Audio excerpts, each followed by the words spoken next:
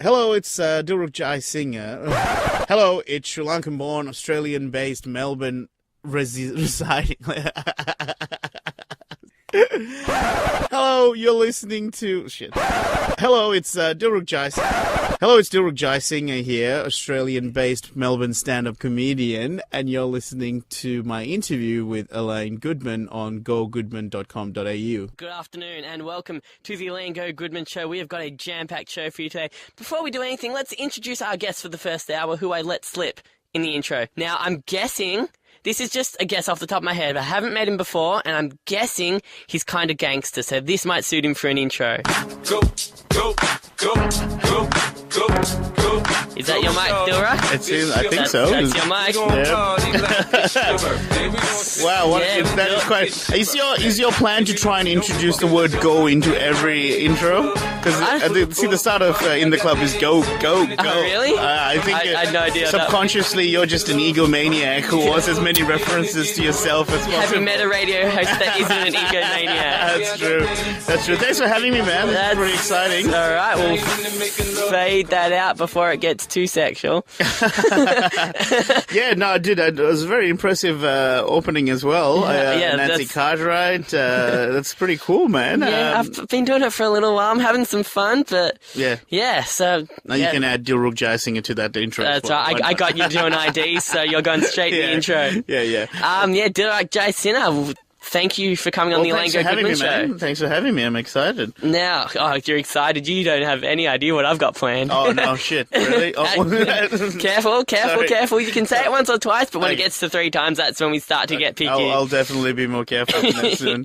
I forgot I'm not on a podcast as opposed to a radio show. I do a lot of podcasts as opposed to radio, and that's a slip by me. Sorry, kiddies. Yeah, all the kiddies that are listening to the Elaine Goodman Show. We've had 50 Cent, we've had Dilruk Jayasinha. Yeah, all the gangsters. Now we're officially MA. So, this is the question I open with every comedian. I love interviewing comedians because they all have different answers and they all have different backgrounds. We're all different people. Yeah, exactly. Just like all radio presenters. What's the earliest memory you have of comedy having an effect on you? Right, of comedy having an effect on me. I guess, apparently when I was really, really small, before I could even read, my brother had a joke book that had colorful pictures and stuff in the joke book. And, cause I was so annoyed that I couldn't read the jokes, I would make up my own jokes for, whatever I'm seeing. So there was this is a story that my parents and my brother tell me, that apparently there was this one page, like a 2-spread of an elephant, and it's sort of throwing water on itself, and each water had a different elephant joke. And apparently I wrote the joke, why did the elephant take a bath? Because it was dirty. And apparently they found it absolutely hilarious that I even had the rhythm of a joke in there. And there was another one with a skeleton and, something that was just, and I was like, oh, why did the skeleton climb up the tree? Because there was a dog running after its bones. It has no sense, but it's just, I had made attempts to try and be funny back then. And then I think it was like Mr. Bean. I think that was one of the earlier influences. I really loved Mr. Bean, and I tried to be like goofy looking and goofy faces and stuff. And then Ace Ventura came with Jim Carrey and, all that. And then somehow around, I think it was when I was 11, we got a hold of an Eddie Murphy stand-up tape, the Delirious stand-up special. I've got that DVD. I got it cheap from JB Hi-Fi. Right, so this was VHS, and, it's a testament to how great that stand-up special was that it actually reached Sri Lanka. You know what I mean? There was no other stand-up other than that special and his follow-up Raw, And so my brother and I just watched, obsessed over it. And it's another thing that we, again, recently remembered. When I say we, I mean my family, we just sort of been chatting, go, oh yeah, this used to happen. And whenever I made my brother laugh, he would go to my mum's handbag and pay me like 10 rupees. If it was a really good joke, he'd give me 20 rupees. So I think those are the sort of the earliest versions of me, using humor to try and, just be popular. Did you always have being a comedian in the back of your mind? Kind of. Well, I guess after that Eddie Murphy special, that was the first kind of thing, first time I thought, hey, what is this? Well, I've never seen anything like this. Just this one guy creating this massive amount of entertainment just by himself and a mic, it was just mind-blowing to me. And somehow, whatever, need that I have deep down to, be validated by strangers clearly had an impact. And Don't we all? Yeah. But then what happened was, I guess, I kind of not let go of it. I had it in the back of my mind, but there's nowhere to start in Sri Lanka necessarily. And then I came to Australia when I was 19, but I came for uni, so that was kind of my focus, so I focused on uni and I got an accounting degree and then an accounting job. And pretty much... That's going backwards. Well, shit, yeah. Oh, sorry. That's number two, Dilruk. You got one more strike. Sorry, I'm so sorry. I'm really, really apologize. This is so unprofessional of me, and I sincerely apologize. Do I look like Howard Stern? Yeah. It feels like that, man. It feels rock and roll. It feels like you've got the Phoenix Suns jumper on, and, I'm like, it's on fire. Let's all get fired up. But yeah, it was... going to accounting, and I pretty much did that job, even though I didn't like it. I did it purely for the money, and it was so unsatisfying. It was so unfulfilling. So I actually got fired from the big accounting job. I was in one of the big accounting firms. There's big 4 accounting firms. I'm in one of them. And I was just no good at it. Like, I tried. I was there from 7:30 in the morning till 9 o'clock at night, and I really desperately wanted to do it well, but I just couldn't hack it because it was just not for me. So when I left, or rather when they asked me to leave, I had a reverse engineered going, well, I did that for the money and that didn't make me happy. So what if I started by saying, if I had all the money in the world, what would I do? What is the thing that I would spend my time doing if money was not my motivation?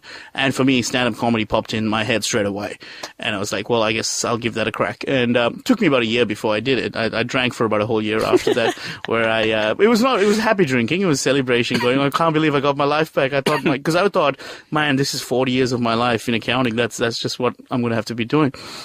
So I then pretty much drank for a year, but then when I suddenly decided, hey, what happened to that idea about doing stand-up? Oh, okay, I'll give it a crack. And I had my first gig in September 2010, or September 21st, 2010. I remember the date very clearly.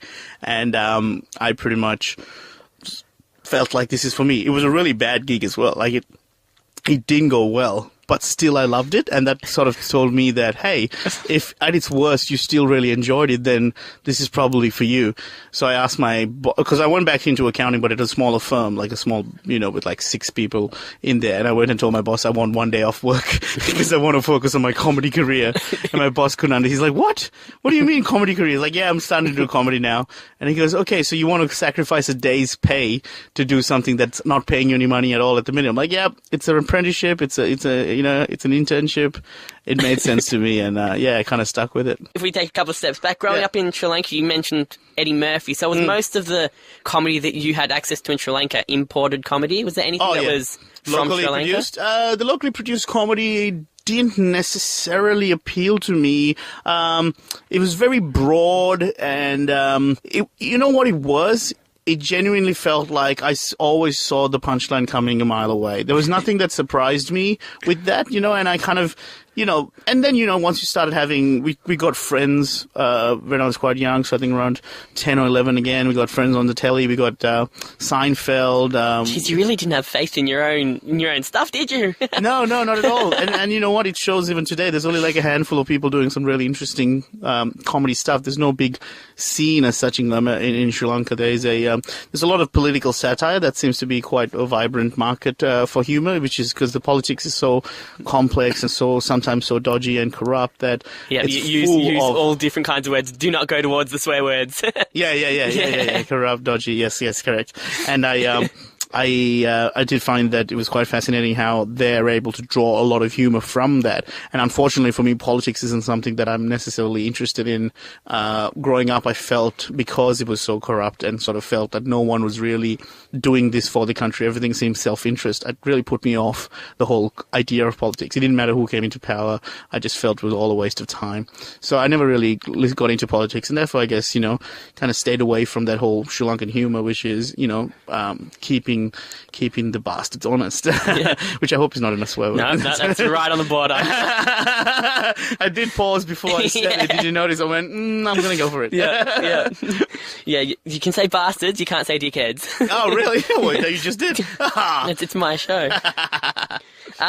Now, this is the first surprise for the afternoon for you. I've done a bit. Okay, you've done a few surprises for me now. Now, this is what you haven't told me, is that you have planned some surprises. I have. So this is the first surprise. I've done a bit of research on Sri Lankan comedy. Oh, wow. Okay. And this is going to be really testing my knowledge. The one person I came up with is a person called Ainsley Diaz. He started his career doing comedy on radio. He was born in 1927 and died in 2009. And we have the same birthday. Does that name ring a bell to you? I'm sure if I see his face, I'm going to Google his face right now, if that's okay. I Googled Sri Lankan comedians, and I hope that's not racist in any way. Oh, well, that's not racist at all. No. The fact that you said it, I hope it's not racist, that made it a bit racist. If you just said, I just Googled some comedians, that was fine. I just Googled Sri Lankan comedians to see if there was anyone that I could kind of, that I'd heard of. Ainsley Diaz. And he's the only person I came up with. Wow, it doesn't really ring any bells. There's not much about him, but... No, it doesn't ring any bells for me personally, to be honest. I can't believe that that's the one. Because we have a whole bunch of other comedians. How do you spell Ainsley? Annesley. Annesley. And Diaz is Dias. Yeah. Annesley. Oh, right, here we go. Okay. Oh, yeah. Okay. He looks a bit more familiar. Look, he doesn't really...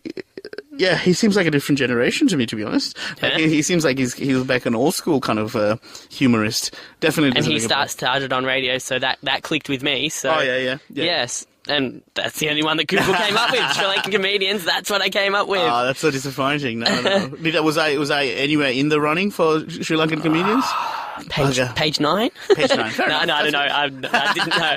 I just looked for old school Sri Lankan comedians. Right. And that's what I came up with. I saw an interview where you said you came over to Australia at 19 to study, obviously instead of accounting. Why Australia instead of the UK or the USA if you had comedy in the back of your mind? That's a question for me because I genuinely don't have a decent idea. I didn't have comedy in the back of my mind, to be honest. When I made the decision, comedy was nowhere in the frame of reference. It was all about the uni degree. I genuinely don't have a good answer because it kind of just happened. I guess Australia's the closest one. Yeah, no, I guess maybe it is a bit closer. If you want me to try and help you out here. Yeah, look, most of the people that, say, the school that I went to that did go overseas would go to UK and America. I was quite a bright student. Like, the reason I was in that school in the first place was because I got an academic scholarship. So I was the type of kid. Thank you. I was the type of kid that would talking to Mr. doing year 12 over 2 years to make it easier. Oh, really? Did you? Yeah. Well, I hated it halfway through the second year. Really? Yeah. You were with the people that who were younger than you the following year. Yeah. Well, yeah. Well, I was kind of a year older because I started school out. I was a year older than the people I was in the year that I was. Then so I was 1 or 2 years older than the people younger than me, and I got along with them. I just got sick at school halfway through the second year. I understand that. But more about you. No.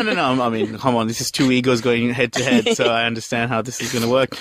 But so for me it was, I was a good student. Like, for example, I was the type of guy. I remember coming after one exam, a maths exam, sitting in the car, being really disappointed, and Mum's asking, "Oh, what's wrong?" And I was like, "Oh, I don't think I got 100 on that exam." She's like, "Oh, that's all right. You can try again next time." And that's the kind of standard that I would hold myself up to. But I was very lazy when it came to everything else. Like I never really looked at the long term, so all my mates were like, "Oh, we got to apply for, I think it was like SATs or whatever for America." Was UK. leaving Sri Lanka the normal thing to do? For some, it's a privilege, to be honest, because it's quite expensive to leave Sri Lanka. It's quite expensive to go to a foreign country like Australia. But are you expected to try and make it overseas and then go back, or are you expected to stay there? I don't know, man. To be honest, it's obviously based on whoever. It's up to each person, right? But for me, I really kind of just cruised through it. I kind of never really had a plan. I guess it was part of it was to try and maybe get a job here in Australia and sort of build a life here as an accountant or whatever, and maybe then eventually kind of, take a fair bit of that base and go back to Sri Lanka and build a family and, retire, end my life in Sri Lanka. That sounded more morbid than I meant. I mean, more like, get a start in Australia, establish myself here in terms of, financially, and then, use that to go back and, start a family or something. Maybe. I don't know. I genuinely didn't have a plan. Even now, do you see now yourself I'm a little bit more. in 10, 20 years' time, do you see yourself going back No. and taking a family back to Sri Lanka? No, not at all, unfortunately. Unfortunately for me, I have a very clear idea as to what my life... Well, I guess now, if you want to get out of Australia, it's pretty hard to get back in, isn't it? Well, These days. well, I've actually now got my citizenship, so I'm here for life. So, so I don't think you can revoke my citizenship, as far as I know. I think if you're a good person. No, I think I'm your problem now. Oh, right. I think no matter what I do, it's Australia's fault now. Yeah. But yeah, we only accept people who are stand-up comedians. That's it. And cricketers. Right. That's it. I have a very clear idea that I want to do stand-up and be a performer or an entertainer. We'll extend that. If you're a stand-up comedian or if you're an athlete in general, we'll accept you. Yeah. That's it. It's as long as you're funny or you're good at cricket. Yeah, no, I pretty much will be, following a life which will enable me to keep doing stand-up. So I don't see that happening in Sri Lanka. What I will do is make more trips back home on holiday. I used to go back once a year. I've started doing it so that I go back twice a year now, and I kind of do it that I go and do some gigs in Perth, and then from Perth fly to Sri Lanka, and that kind of cheapens the cost for one thing, but also there's heaps of paid work in Perth that sort of subsidizes all my ticket fare. So I've started to build in, because there's not many comedians from Perth, is there? There's a couple. There's heaps. I know Rove's from Perth. Rove's from Perth. Dave Callan's from Perth. Yeah. Dave Hughes actually started off in Perth, even though he's a Warrnambool boy. He was in Perth when he started doing comedy. There's a whole bunch of others from the following generation, which is like Xavier Michaelides. Do they have many that actually reside in Perth? No. These days? No, I think there's heaps of Perth-based comedians who are coming up and, building their career. But what tends to happen is anyone who is really good sort of sees... I'm speaking, maybe out of turn because I'm not in the Perth scene, but from what I understand, it sort of starts becoming capped. There's only so much you can progress your career in one little city. Not little city, but one city. So what they do is they tend to move to Sydney or to Melbourne and try and build from there on. Welcome back to the Gogoodman Show on 88.3 Southern FM. We're joined in the studio by a local comedian, Dilruk Jayasinha.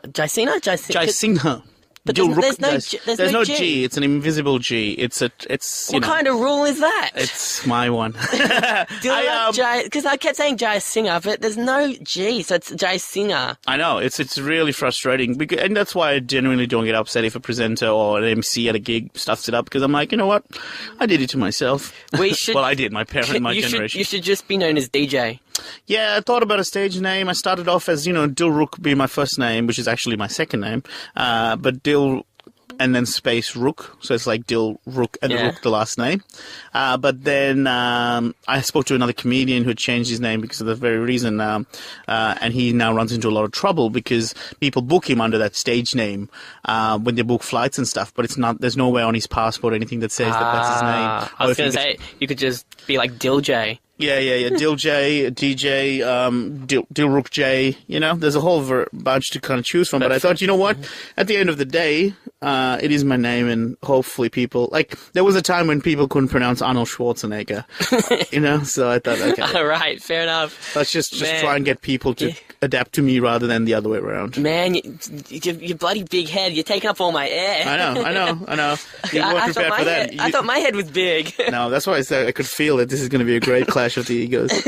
Hey, so obviously you said you came here to be an accountant. Now, accounting and comedy are obviously two different sides of the spectrum. Yep. Did you have any links between them? Or no, well, like I said, why did you pick accounting? Well, accounting is because, like I said, I was pretty good at my studies.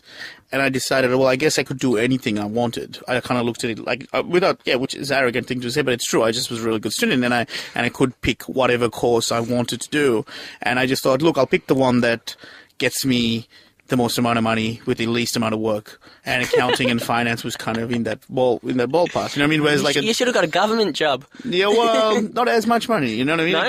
Again, capped. Whereas you get, yes, it's easier, but I wanted the big bucks. So you could be a doctor and get big bucks, but it's a lot of work. So I felt like accounting and finance was the easy way out. And that's why I focused on that. But to be honest, like I said, I soon discovered, that it was very unfulfilling. It's very unsatisfying.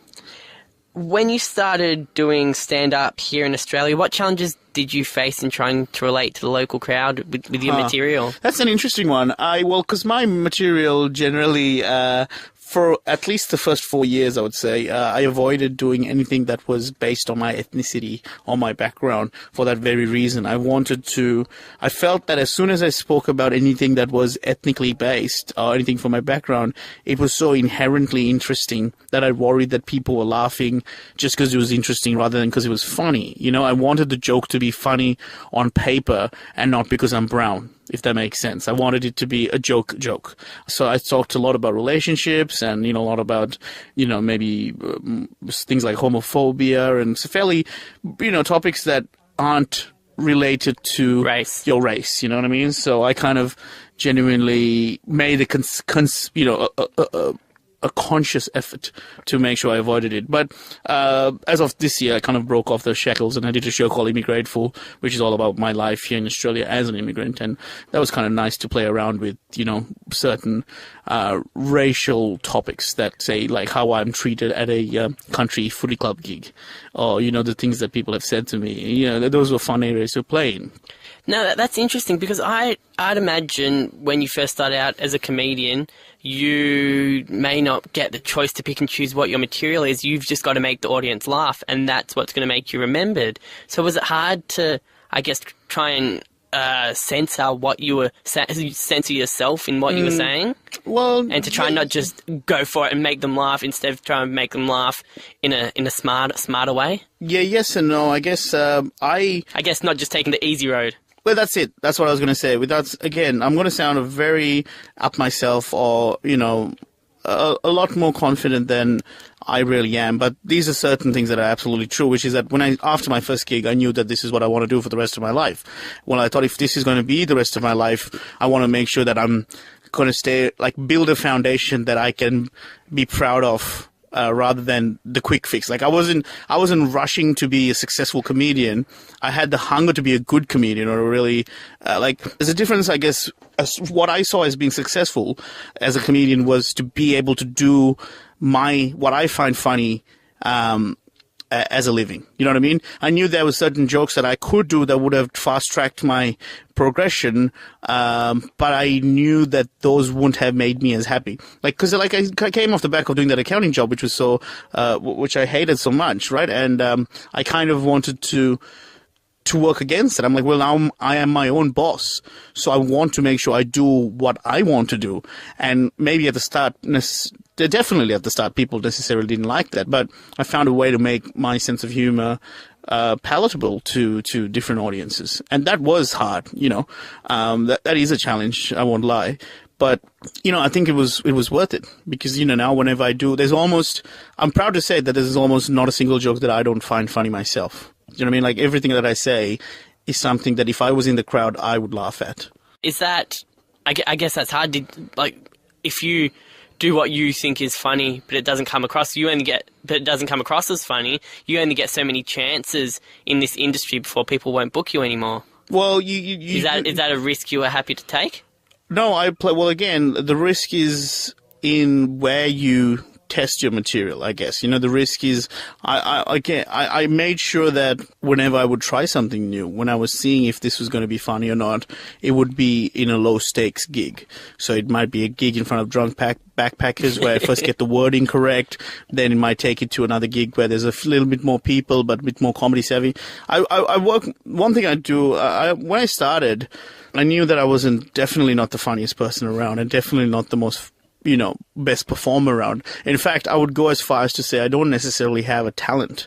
Comedy wasn't something that necessarily came naturally to me, or I've seen it come more naturally to other people. But the one thing I did have that I felt that no one else had, it was just genuine, absolute conviction that this is what I'm going to do for the rest of my life. So once you have that conviction, what happened to me was I was just it was easy for me then just to go every night to somewhere where there was comedy, I'd be there. You know, even if I was not performing, I'd sit there and I'd watch. And because it's my passion, because it's something I love, it doesn't feel like work. Like, my worst day at work is to be at the back of a comedy club watching. Like, you know, ideally I would like to be on stage, but if not, the worst version of that is me just sitting and watching comedy. Like, that is a really, really amazing position to be in. So for me, to go back to your question about the running the risk, well, I kind of played it smart by making sure that I didn't...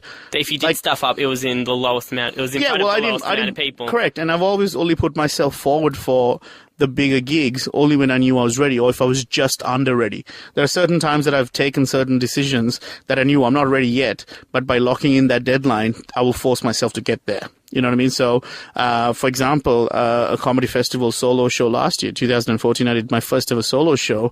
When I registered that in November, I knew I wasn't ready.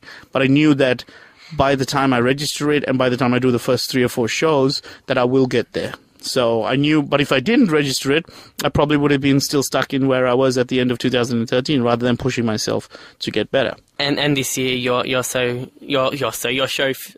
sold out. Yeah, I had a really very A lot of more up and coming, maybe not so well known comedians got a lot of their shows sold out this year. Yeah, it felt like great to see. It was really good to see sort of people taking a punt on unknowns, you know, and it really kind of blew my mind a bit to see, you know, faces I don't recognize in the crowd. And I genuinely was chuffed. I'd almost sometimes stop and ask them afterwards, why are you here? And a couple of cool stories. One was, well, the coolest one of them all was when this guy said to me about how he got his citizenship that morning, and as a celebration, his wife treated him to a comedy festival show. She wasn't sure what show to go to. She looked at the guide, saw a show called Immigrateful, and she goes, "Oh well, that'll do." And you know, it was perfect. It was really this really wonderful story, like moment for me to see this guy, and it was, you know, it was a good show as well, and like I feel like we really bonded on that moment. What do Australians and Sri Lankans have in common? Nothing. No, we do. No, I'll tell you what. We have, I think we have, well, cricket for starters. We definitely both love cricket. I reckon Sri Lankans and Australians, we probably have a very similar sense of humor in that you don't take yourself too seriously. You know how an American vibe is to be, I am the best, I'm going to be, you know, like if you look at hip hop as that pure bravado, you know, that sort of attitude, you don't see that in Australia that much. If you think about it, it's always like, oh, no, I'm a bit crap. You know, that's the kind of vibe we have. And Sri Lanka might be a bit similar in that, oh, you know, we're just here to have a bit of fun. There's a bit more larrikin attitude in both countries, I would say. You know, Sri Lankans don't take ourselves as seriously as Indians would, for example. Oh, really? Are they serious? Well, they're a little bit more serious about, say, like for cricket, for example, if you take that as an example, they get very angry when they lose. Whereas Sri Lankans, we're disappointed, but we're not going to riot on the streets and burn effigies of our favorite players just because we lost or he dropped a catch. And no offense to any Indian listeners out there, but it is true. I don't know if I appeal to the Indian crowd. Who is your crowd? Who am I talking to tonight? This afternoon, rather. My mum. I have no idea. If you want to text in, 0404 000 736, 0404 000 736, or facebook.com/Gogoodman Live. Do you remember your first Australian gig? Yeah, of course. Like I said, September 21st, 2010. Yeah, you said that. So was that fun? Oh, you loved it. It was life-changing. Like, you know, you the reason How many people was it in front of? It was at the Comics Lounge, which is a 500-seater, and it was in front of 20 people. So it was a very lonely night. And, who was the headline act? There was no headline act. It was a showcase show. It's a Tuesday night, which is their new comedians night. So you have an MC and about 5 acts, and then a break and another 5 acts. So there was no headliner, but the MC was Steele Saunders. He does a very popular podcast called I Love Green Guide Letters.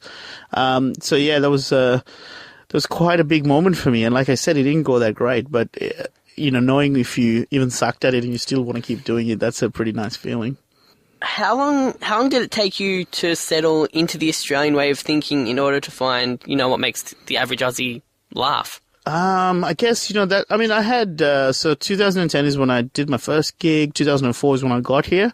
So I got about 6 years worth of, being in material. Australia. Yeah. No, so I never even though stand-up wasn't my thing. Like, I was always the funny guy around my uni mates. Even when I started working in the accounting job as well, I think part of the reason they fired me was because, I'd muck around and crack, jokes and stuff. In fact, in the meeting that they did fire me, they said, we wanted to keep you around because you have such a positive vibe on the group and you're a very uplifting presence. But they said if they kept me on, that would have been unfair to me because I would have kept doing something that I'm not suited for, which I actually appreciate in hindsight that they said that, So, I think I The adapted. nicest firing I've ever heard. Oh man, it was the most amicable firing ever. I came back then, we went for drinks that night and, we just celebrated because everyone knew that how much I hated it. And it was almost like, oh, you're free now. Here you go. We don't want to, none of us, it was essentially a case of them saying, well, you don't want to be here, do you? And we can't really afford to keep you on anymore. So we might as well go. And I was like, yeah, I think that's about right. So yeah, it didn't take me too long to adapt to it, and because I was a fan of comedy, you know what I mean. So this language of speaking on stage in a funny way maybe came.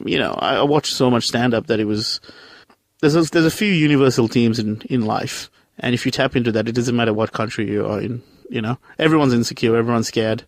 Those things, if you can tap into that, then yeah, you're fine. Welcome back to the Elaine Gogoodman Show here on 88.3 Southern FM. We're going to play Dilruk's video now because it goes into the next question. Now, what video have you supplied for us?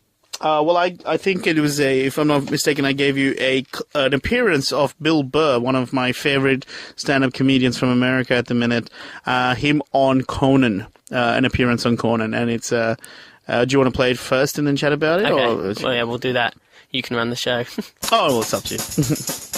I didn't think Lance owed anybody. He didn't do anything to me. He's talking about Lance Armstrong, by the way. You know what he did for me? He raised $500 million for cancer research. That's what that lie did. Yeah, it was great. And everybody had the bands on. Remember the bands? Sure. Right? That blocked out the sun, right? It wasn't to block out the sun. No risk cancer. Yeah. Now, the whole thing was annoying, and I hated how Oprah was interviewing him and acting like she was dumbfounded that this guy would do this. Like, she's been in show business for 35 years, and she can't, wrap her head around some guy doing whatever it takes to get to the next level. Didn't she, for the first 5 years, have, midgets who wanted to bang their mailman's boyfriend? And she didn't want to do it. She didn't want to do it, but she didn't have the power to say no, so she wrote it out. And then when she could make a good decision, she did a show. But she stood on the heads of those little people for 5 years. I've never seen Conan laugh so much. She's sitting there across from this guy so how could you? You know exactly what he's doing. It's the stupidest thing I've ever seen. Look, the guy was a sociopath on a bicycle, all right? As far as I'm concerned, we got off easy. Yeah. If that guy was working for a corporation, he probably would have been pouring stuff in the water supply, doing God knows what. Just keep him on the bike. Just let him go up and down the hill. He's not hurting anybody. Not hurting anybody. He isn't. And the top 20 guys all tested positive for roids. So our roided up guy beat your roided up guy. Okay? And those guys who run that filthy sport, who are sitting there going this is ridiculous. He doesn't represent cycling. Are they going to return all the money that they made off of that guy? Huh? They're going to turn in their yachts? They're not going to. They're not going to do it. Everyone turn in your yachts. So why that clip? Well, I reckon I've seen it about 10 times, that clip, and I love it for a bunch of reasons. Firstly, because it's funny, right? It's really funny. Conan is one of my favorite, probably my favorite talk show host, and sort of seeing him just crack up so much brings me a lot of joy. But I think the reason that particular clip stands out, and Bill Burr is a really great stand-up comedian. If anyone listening should check him out if they're interested. But that particular clip I really enjoy because this is what Bill Burr does. He defends the undefendable and attacks the the sacred. If you, there's another clip where he, is defending Justin. He's not defending them. What's really clever is if you listen to what he says, he's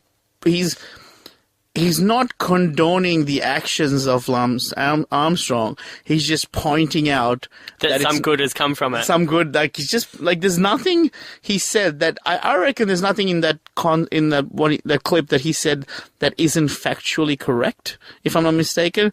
If you think about it, like he said, he's not hurting anyone. He raised money for cancer. He, and he beat other people who are on the same performance-enhancing drugs as well. So really, what are we all getting upset about? And then, of course, the Oprah thing is just brilliant, making her seem like, she's so holier than thou. And then suddenly he points out the things that she had to do. Did she? Is that how she really started? Well, to be honest, that part I'm not 100%. Started out like Maury Povich? I think she did some very sort of low-grade talk shows. There was some really kind of weird. You know what? I actually shouldn't comment because I really don't know. But as far as my understanding goes, is that she did some pretty odd spots, and then she obviously got a following and then built on that, and now she has this empire. But as you're pointing out, it's a bit hypocritical to then be judgmental on someone when you don't have necessarily a clean slate. So in saying that, you're my midget. You're standing on me to get ahead of yourself.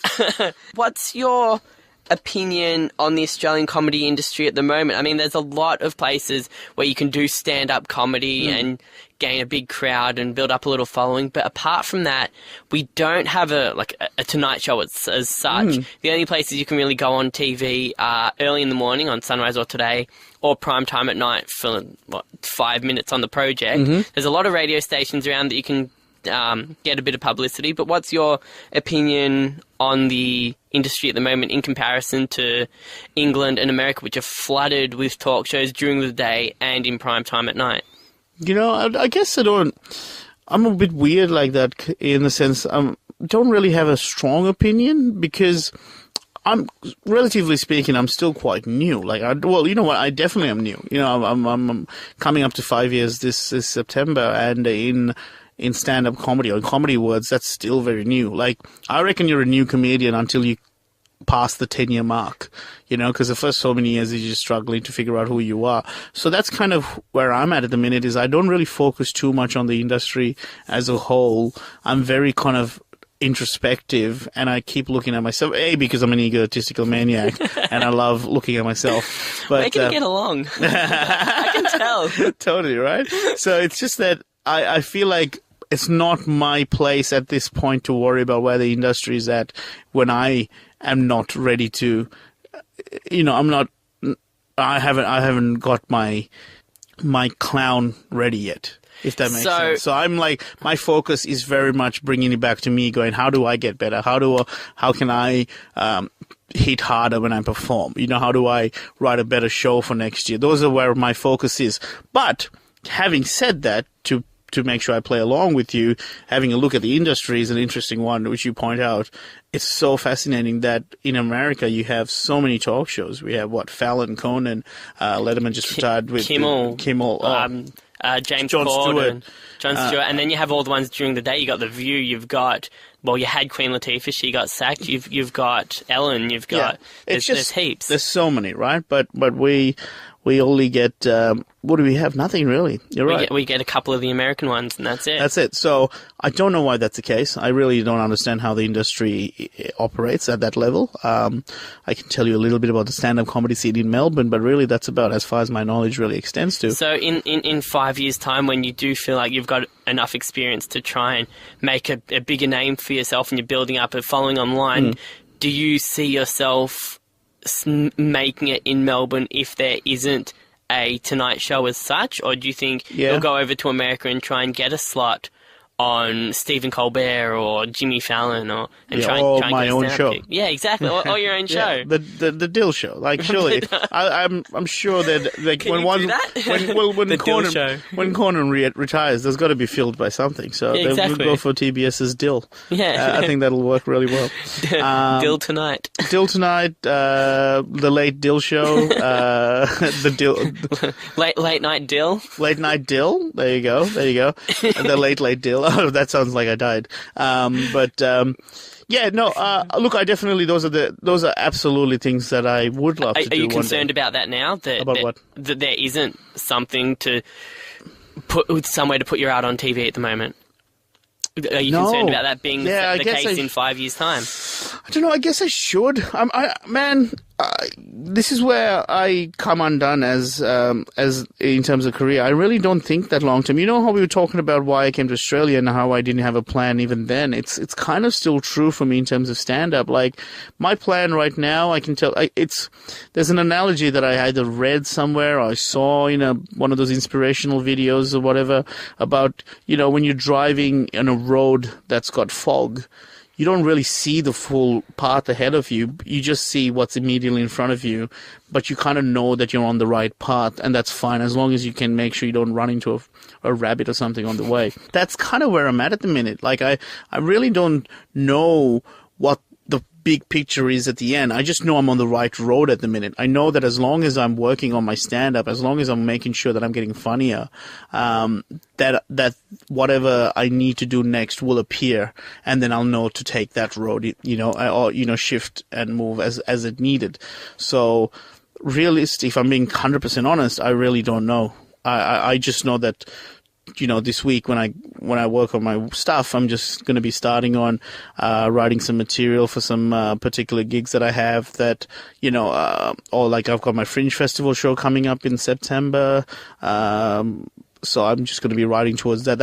I just have these goals that I know are in the right direction. As long as I build on that, I should be fine. So we kind of touched on, do you have any plans to make it in America or England? Definitely. Performing in America is a dream of mine. I think that's ultimately where I want to take my humor. All my heroes as a child were pretty much American based, and I just rattle off a few. Conan, Eddie Murphy, Louis C.K. now, Bill Burr. All my favorite stand-up comedians tend to reside there.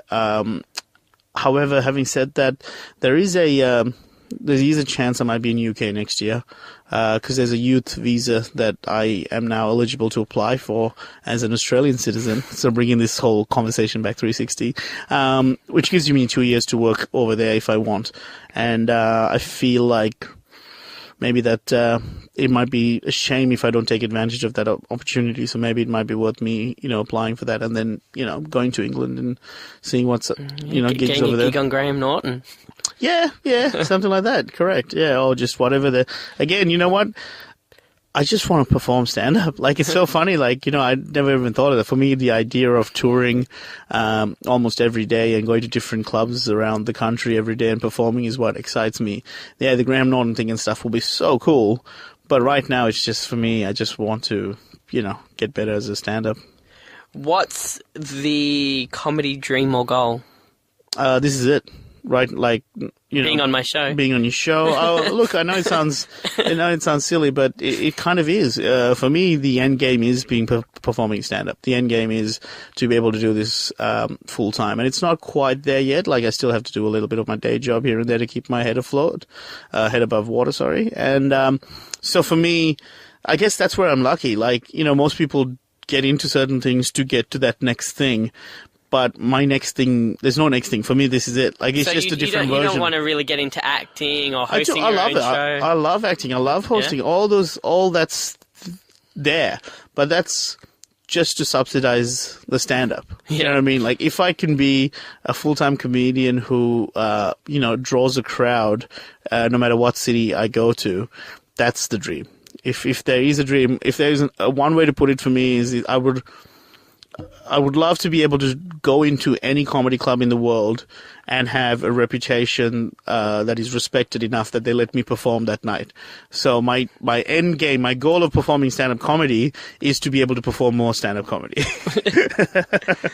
And finally, before we get into your gigs and social media, I read that when you originally came here, you hated Shane Warne. Was it for a different reason than the rest of us? I hated him because what was the reason you hate him? I'll start with you. He's just arrogant.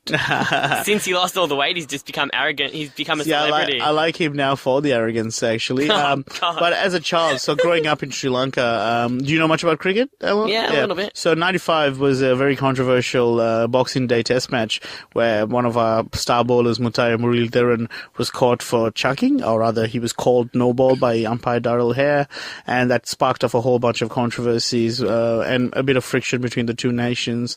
And, I was 10 years old at the time, so obviously I was quite annoyed to see one of my heroes kind of get treated like that. And I kind of held that against all Australians for a while, because they'd, yell no ball every time he would run up and stuff.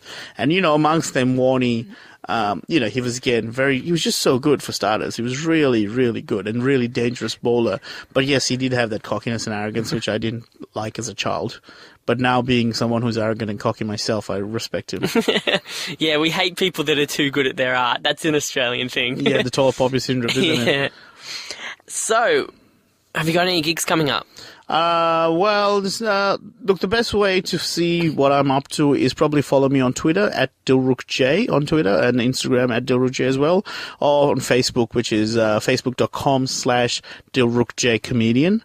That's probably the best place to look at for what I'm doing. But if people are listening now, maybe pencil in your calendar September 23rd to I think September 29th, I'm doing my Fringe Festival show at the Imperial Hotel from 7 p.m. And that's on the corner of Collins? No, Burke Street and Spring. Yeah, and the show is called Sri Lankan. So there you go. That's your... Wow, you started with Immigrateful, now you've got Sri Lankan. That's brilliant. Do you come up with your own names? Yeah, I try to, yeah. This particular Sri Lanka one, I think me and Danny McGinley, comedian Danny McGinley, were workshopping a bunch of titles for me, and we played with a few, and I don't know which one of us landed on it, but it was between the two of us. Because Will Anderson always plays on his name Will for his show, so he's had like Will Illuminati, Willarius, and you've got that I've spoken to thing, and you've got... Yeah. I've spoken to Will about it, and he's given me permission to use all his Will puns to Dill puns, because it's as easy as that, because my first show was called Dilruk Jayasinha is kind of a big dill, so I used that the dill in there, and but then afterwards I can do delirious, I can do delirious or Hilarious. free you have to dill. Talk to Eddie Murphy about that. It's like Willarious, you know what I mean? Yeah. Or like what are the other ones he has had? Man versus Dilluminati. There you go. That's a good one I could use, but. I think if not for him, I would have done it for sure, because I'm a big fan of the pun title. Yeah. Like Immigrateful, for example. Is Immigrateful a pun, I guess? Maybe. It's a play on words, I guess. I don't know. Yeah, I think it's a play on words more. Than a pun. But either way, I'm a big fan of the pun title, and I would use a pun title every time I can. Now, are you ready? Because let's play the game.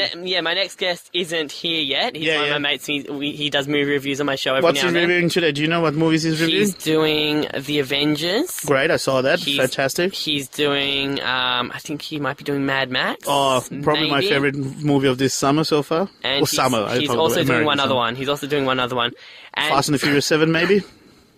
No, I think he did that last time. Oh, well, clearly it had an impact that you can remember it so well. No, see, I'm not interested in like all these high adrenaline movies. Like, I saw a movie the other day, and I think it's one of the greatest movies I've seen for ages, Spy. Who's in there? Melissa McCarthy, Jason Statham, Miranda Hart. Even Jude Law's in there. Yeah. I saw the trailer for it. It was brilliant. It was one of the greatest. I laughed. The same so creators hard. of Bridesmaids, isn't it? I think so. Yeah. Yes, that was really good. Now, let's play the game. I'm excited. Let's play this game. Okay, so the way Jimmy Fallon plays it on his show. Oh, we're ripping off Jimmy Fallon. Fantastic. Well, everything's been done. My radio teacher taught me everything's been done. So I'm stealing from Jimmy Fallon. Your radio teacher is bad. While everything might be done, I think you should still strive to find. By the way, I'm not knocking your game. I'm very excited to play it. I've never played it before, but I just thought Jimmy Fallon plays a lot of games. Which one will work for radio? Sure. But I just think accepting that everything's been done and you just have to rehash is a bad message to send out to students, I think. So when you get your own radio whoever your teacher is. When you get your own radio show, you can do what you want. Well, no, look, I have zero original ideas. Yeah, exactly. That's why from Will Anderson. Oh, well, there you go. But also, my stand-up is always just my stand-up is always just stuff from my life, because I just can't think of anything new. I'll just talk about what has happened to me and make that funny, rather than looking at something and going, how do I make that funny? Okay, so this game. So the way Jimmy Fallon plays it is we each take turns saying a random word, and the first person to laugh loses. Oh. But to work for radio, I think we should close our eyes. So we Okay. can't use facial expressions. So it's just the way we use our voice. Oh, okay, let's try that. Okay, so close our eyes. Give me an example. Are we doing real words or? Yeah, no? real words. So, for example, calisthenics, Moist. intruder, Pleasant. caliber, Nipple. bohemian. Armpit sweat. Hey, one word. Okay. Was that a laugh? Hey, one word. Was that a laugh? I was laughing at my saying one word. It's a laugh. Okay. By the way, you're not stealing my wallet or anything, is it? While my eyes are closed? Where's your wallet? It's in your hands now, apparently. Joyful. Joy baby. Oh. That was me sneezing. Bodacious. I don't think this is working. Bloomberg. As well. I don't think it's working as good as I just laughed, sorry. Does that mean that? Okay, go on. We'll do 3 more. Okay. Fanatical. Flipper. Carnivorous. Poop. Paleontology. Paleo poop. Is that a hyphen? I think it's a hyphen. It was a hyphen. You can tell me if you think this is working. Well, I like the concept of trying to make each other laugh. That's always one of my. So do you want to try it with our eyes open now? Now we can make facial expressions. Well, which is great for the listeners. Yeah, exactly. Look, I'm laughing already, to be honest, because of how ridiculous it is.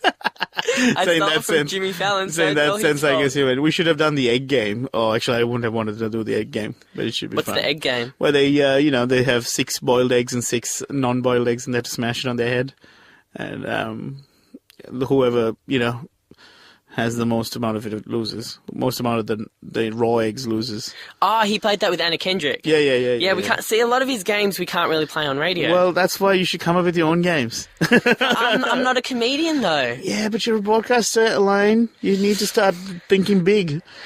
Stop worrying about my career and start figuring your stuff No, out. geez. Yeah, I'm trying to help you here, and you think I'm kind of stalled, but I'm moving forward. I'm just not the comedian. I'm more of the broadcaster. Yeah. Also, that's what come up with some good broadcasting games. Although I must say, I did have fun playing that word game. That was fun. I mean, my interview questions. Did I ask you anything new? You asked me everything that Fallon asked. Oh, yeah, right. Great. You prepared me for when I appear on Jimmy Fallon. He's going to ask me all those questions. Yeah, cool. All right, I'll send you my sheet. Yeah. Jimmy Fallon taking hints from me.